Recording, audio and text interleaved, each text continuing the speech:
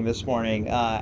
As we get rolling here, I want to give a special thank you to my hometown, the city of South San Francisco, for hosting us today, and of course the San Mateo County Harbor District, the wonderful work that those two agencies collaborate on out here at Oyster Point, quite literally on the front lines of climate change and sea level rise and the level of interagency coordination that is required to deal with this issue. So thank you for hosting us out here with a beautiful backdrop, and we'll see how many of these, see if the podium and the graphics are still standing at the end of our press conference here today. But we knew it was going to be windy. This is not a surprise to us, but thank you everyone. Our several speakers will take some questions at the end. But as we know, flood risks are all too real for our region and coastal communities across the United States. The devastatingly deadly floods that we've witnessed in other states these past few weeks have been a heart-wrenching reminder of what's at stake as extreme weather and climate change take hold. I'm here today with environmental advocates, urban planning experts, and business leaders to call attention to one of the biggest threats to our coastal communities, and that is rising groundwater levels that are being worsened by sea level rise. As we look out toward this beautiful bay, we know that climate change is going to cause water levels to rise. But there's more to this challenge, and the truth is, it's mostly hidden from plain sight until it's too late. There is groundwater under our feet, and as the ocean moves inland, it's pushing more and more water up underground. This means sea level rise isn't just going to affect the immediate coastal areas. It means much, much more of our land is going to be impacted by groundwater rise. This will cause sewer pipes to corrode and destroy very costly infrastructure that we all rely on. It will cause toxic chemicals to spread, which can harm public health and the environment.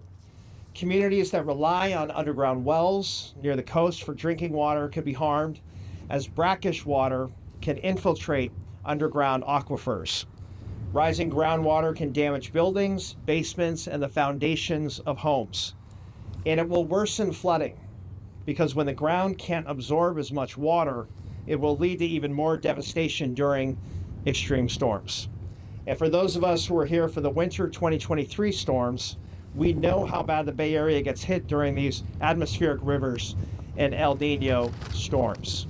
Initial estimates suggest millions of people and trillions of dollars in infrastructure and property could be at risk across the United States.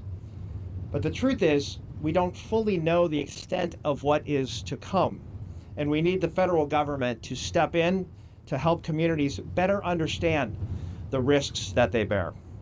That's why I introduced the Groundwater Rise and Infrastructure Preparedness Act. My bill would direct the United States Geological Survey, the USGS, to focus on the threat posed by groundwater rise, and it would require the USGS to bring in experts, engineers, scientists, public health experts, and convene them to work on this emerging issue.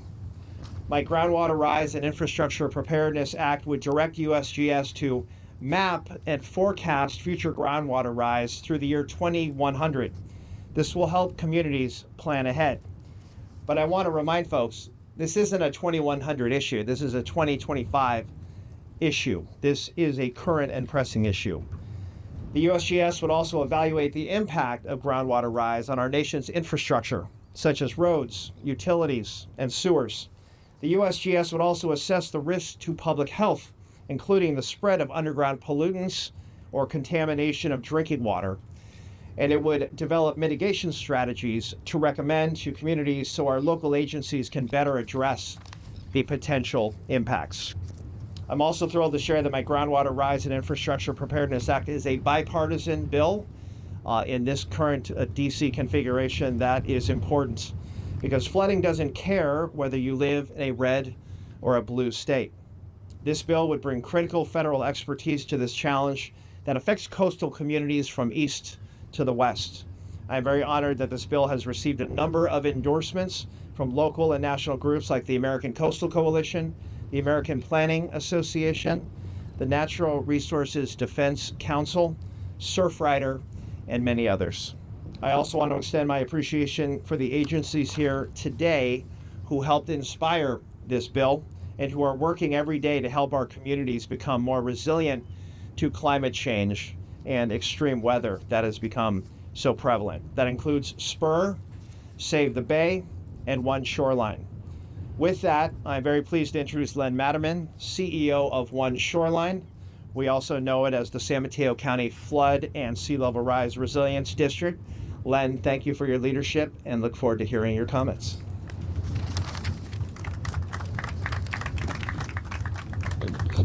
I'm just going to leave this right here. Yeah, that sounds good. Yeah. To you.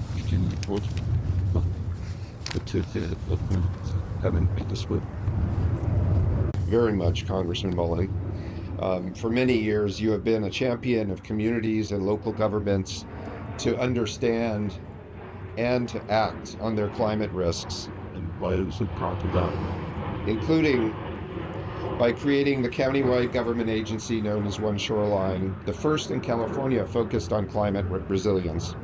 As Congressman Mullin described, a seldom discussed and under-researched effect of sea level rise is when rising seas cause groundwater to rise in our coastal communities. This mostly unseen but rapidly emerging issue threatens buildings, roads, all types of utilities, storm drain systems, and natural areas, and particularly important here on the peninsula, the ability of structures to withstand earthquakes.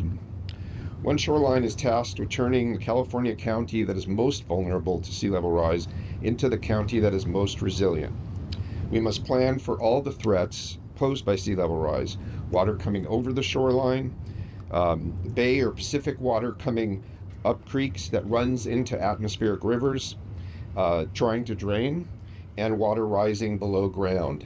And I wanted to point out on the pictures that we see on the right and the left of Congressman Mullin and myself, all of these pictures are not, none of these pictures are taken during storm conditions. This is all related to rising bay water and groundwater that affects these communities.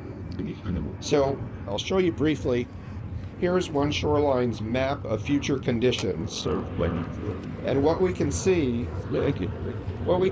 is where we are here at Oyster Point Marina, and the extent of the FEMA floodplain in green, the sea level rise areas in yellow, and the groundwater rise areas in orange that extend about 3 miles inland of what we're talking about.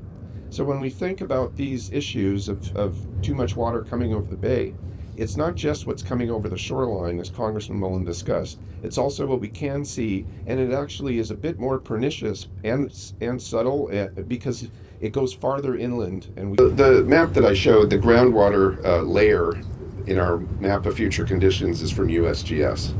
It's a very useful high-level tool, but it's regional in scale, uses simplified geology and hydrogeology, and it doesn't account for the important role of interior drainage. To meet the transformative challenge of climate change, One Shoreline works with our partners, such as the Harbor District in South San Francisco, to implement smart land use policies and projects that align resilience. These multi-jurisdictional projects are technically complex, require substantial land rights, vast financial resources, and demanding permits. To overcome these hurdles and build protection, we need the best tools at our disposal. In regard to groundwater, we do not yet have this. Think of it like you're planning a project to protect the foundation of your home. Would you want to use countywide data on soil and aquifers, or data that is specific to your street? We need more detailed information to design these remedies for groundwater rise that are specific to our location and take into account the specific conditions of the soil in this area. By directing the USGS and other science-based organizations to study and make recommendations for how and where to tackle the challenge of rising groundwater, Congressman Mullin's bill, with his colleagues on the other side of the aisle, thank you for that, will protect people, property, and the livelihood of America's coastal communities, starting right here. Thank you very much. I'd like to introduce SPUR's Chief Policy Officer, Sujata Srivastava. Thank you. Thank you, sir. Good morning. I am Sujata Srivastava, Chief Policy Officer for SPUR, a public policy organization dedicated to making the Bay Area region more prosperous, equitable, and sustainable for all. We're excited to be here in support of the Groundwater Rise and Infrastructure Preparedness Act. This bill represents a critical step towards making the risks of groundwater rise more visible and actionable. We're grateful for the recent scientific research from Pathways Climate Institute, Dr. Christina Hill from UC Berkeley, and the San Francisco Estuary Institute that have revealed new insights connecting rising seas to rising groundwater tables. Without adaptation measures, groundwater rise in the Bay Area's low-lying communities will increase inland flood risks, damage underwater infrastructure, mobilize contaminants on former industrial sites, and increase the risk of building collapse in the event of an earthquake. Last year, SPURS partnered with community-based organization Nuestra Casa to explore how rising groundwater is likely to affect one nearby city, East Palo Alto. Our report, Look Out Below, found that groundwater rise could expose East Palo Alto to dangerous hazards. Within a small 3 square mile area, East Palo Alto has over 50 contaminated sites, 30 of which are located in areas where groundwater is already within 6 feet of the surface during wet winter conditions. These same vulnerabilities are common in many low-lying bayshore communities. A major problem is that many communities are unaware of their risk. Updated information about the impact of sea level rise on shallow groundwater rise is critical so that relevant agencies can begin planning processes to address it. Since the report's publication, SPUR and Nuestra Casa have continued to build a coalition of local community-based organizations known as the Peninsula Accountability for Contamination Team, or PACT, to demand more transparency about these risks and identify solutions. If we're serious about protecting lives, homes, and infrastructure, we cannot afford to ignore what's happening right under our feet. This bill sends a clear signal. We urgently need federal agencies to invest in a nationwide understanding of groundwater rise and its associated threats. And we need to advance mitigation strategies to reduce toxic hazards and keep our communities safe, not just in the Bay Area, but nationwide. Thank you, Congressman Mullin, for your leadership on this issue. I would like to now introduce Roseanne Faust, the President and CEO of the San Mateo County Economic Development Association.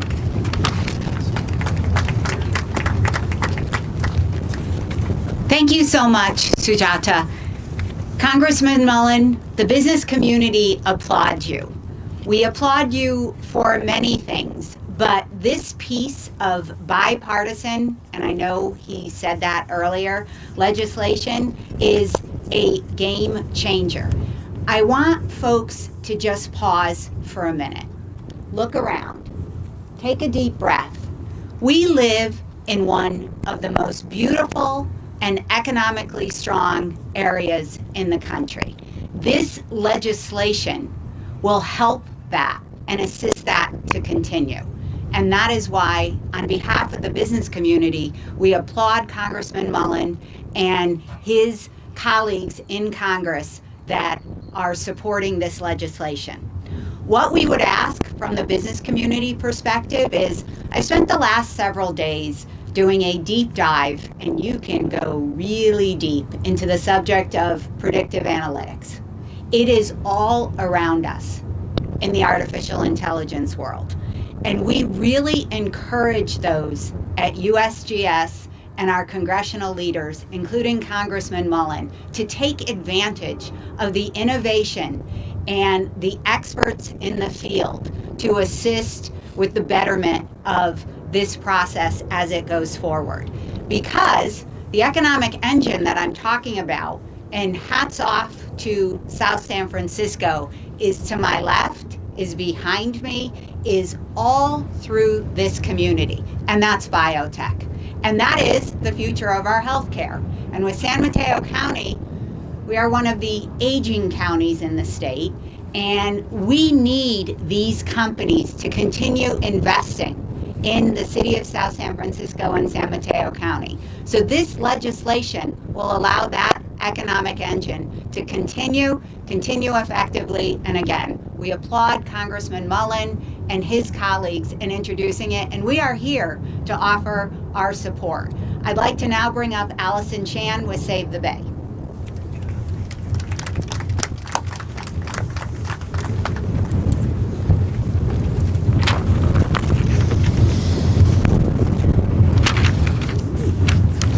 All right, good morning. I'm Allison Chan, Political Director at Save the Bay.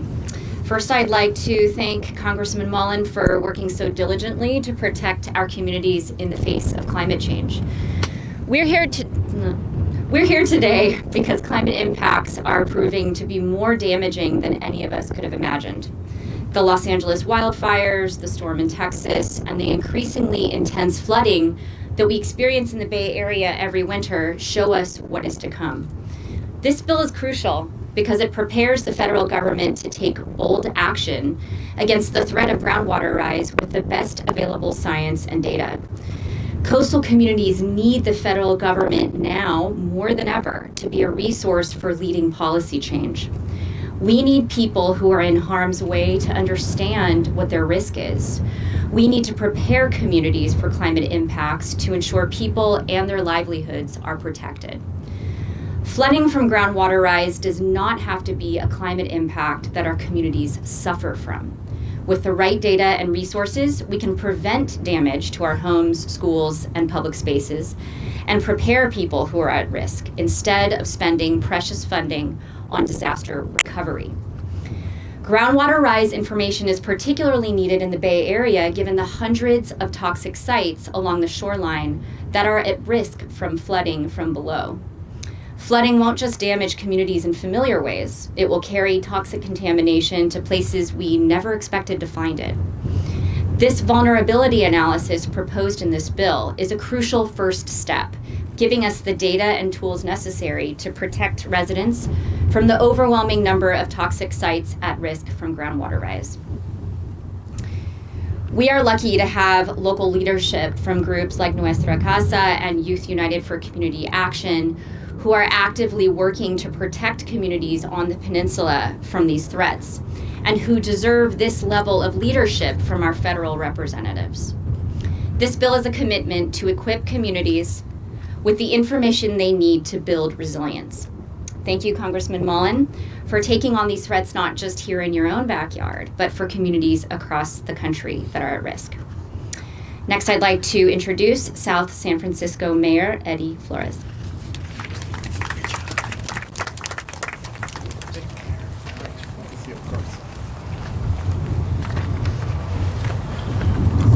Good morning and welcome to Oyster Point Shoreline Park, a place that really embodies South San Francisco's commitment to resilience, inclusivity, and environmental stewardship. I'm Mayor Eddie Flores, and it's an honor to stand with Congressman Kevin Mullin, a dedicated advocate for our region's safety and long-term sustainability. Today, we're not just discussing climate change. We're addressing a less visible but profoundly disruptive force, groundwater rise.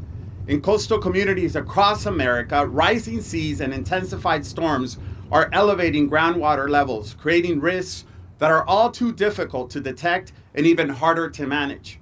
Here in South San Francisco, we've seen the consequences firsthand. Colma Creek has overflowed. Streets and corridors have flooded. Our biotech industry and residential neighborhoods, foundations of our economy and our community, are increasingly exposed. Groundwater rise doesn't need a storm to cause damage. It spreads toxins underground, threatens freshwater supplies, and undermines the stability of infrastructure we depend on every single day. That's why the launch of One Shoreline's Colma Creek watershed study is more than timely. It's essential. It will offer the data, the insights, and nature-based solutions we need to plan smarter and act faster. And it is why Congressman Mullin's Groundwater Rise and Infrastructure Preparedness Act is such a critical piece of leadership.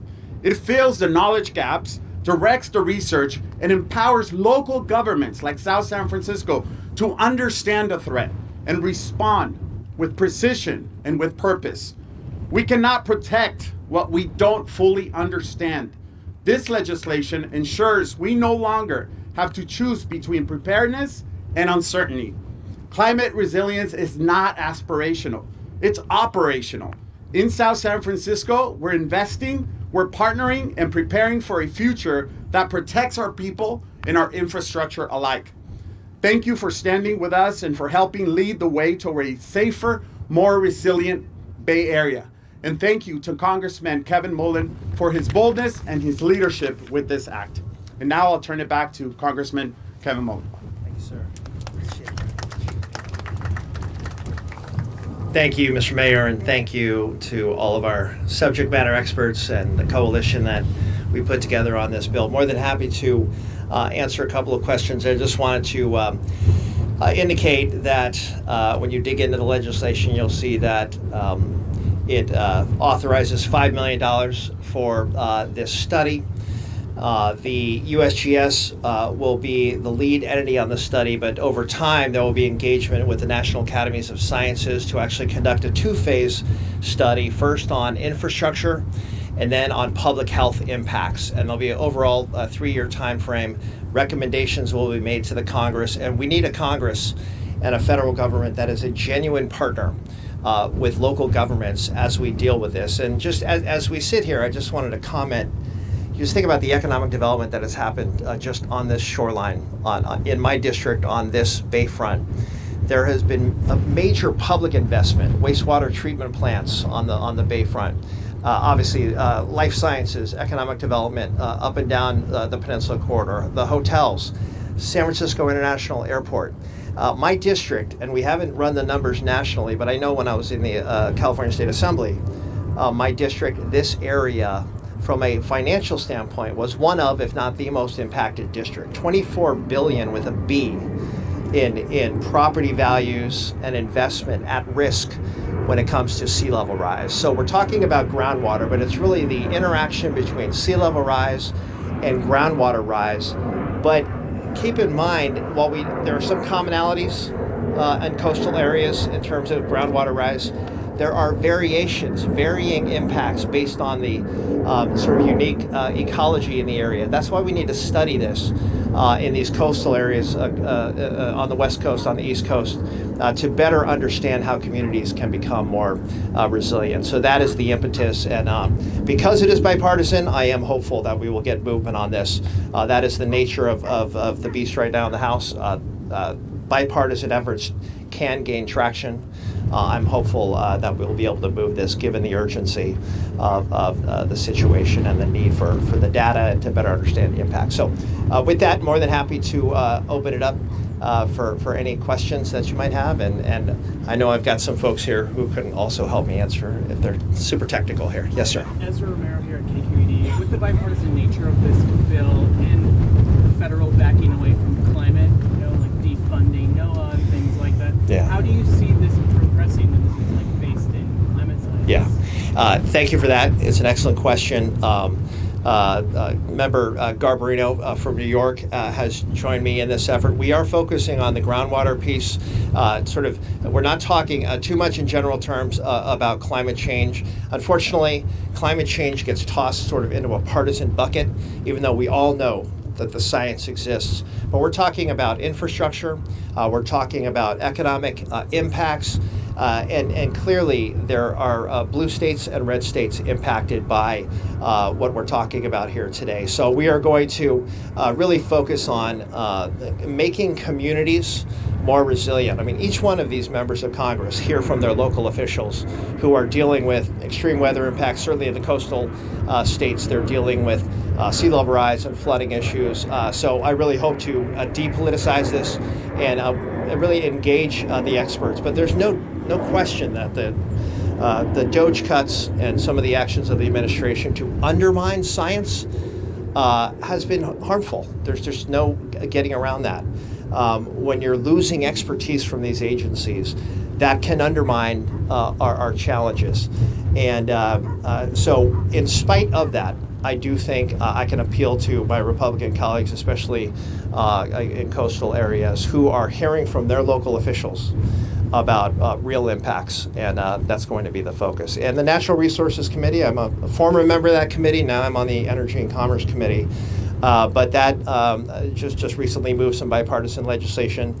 So I'm gonna keep pushing this, and we may have a more friendly Congress in a couple of years, but we're not waiting. We're gonna keep moving on this because we can't afford to wait. Yes, sir. Ryan from Bloomberg Green News. So you talk about how it's bipartisan right now, but when you get more into the weeds about funding and stuff like that, just a few weeks ago, Congressman Liccardo was here talking about how coastal erosion projects were affected by bricks, funding it for bricks.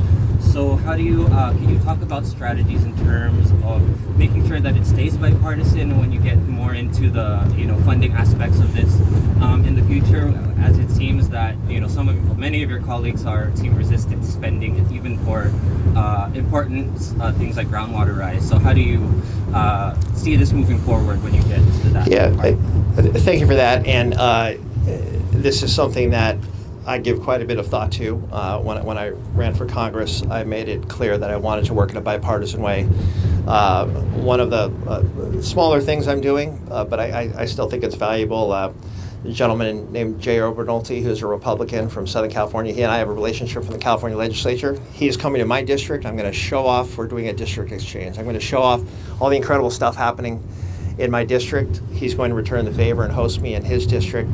We in California in particular have a need to work across a party line. The issues are too important in California to silo it by party. So I've tried to strike a tone in reaching out to my Republican colleagues. It's really the only way to get stuff done right now in this Congress. So by focusing on the economic impacts, community impacts, infrastructure, public health, I think we all know, everybody here knows that climate change is real. The science not only suggests that, basically confirms that. But I want to make sure that we are focusing on the real world infrastructure challenges and steer away from some of the more heated partisan discussions. But that is part of the legislative process to frame it a certain way. And I think, we, even though currently I'm in the minority party, we are able to bring resources home to our district. And that still presents an opportunity to bring dollars home, much needed dollars. But as we all know, we are a donor county and a donor region to Washington. We don't get our share of tax dollars back, but I'm working daily to try to change that equation. So appreciate the question. Any other comments? And our experts will be around for a few minutes here to answer any other questions. I just genuinely appreciate your attention on it. And we will continue to pursue this to make sure that these communities are properly prepared for what is to come. So thank you all very much. Thank you. Thank you.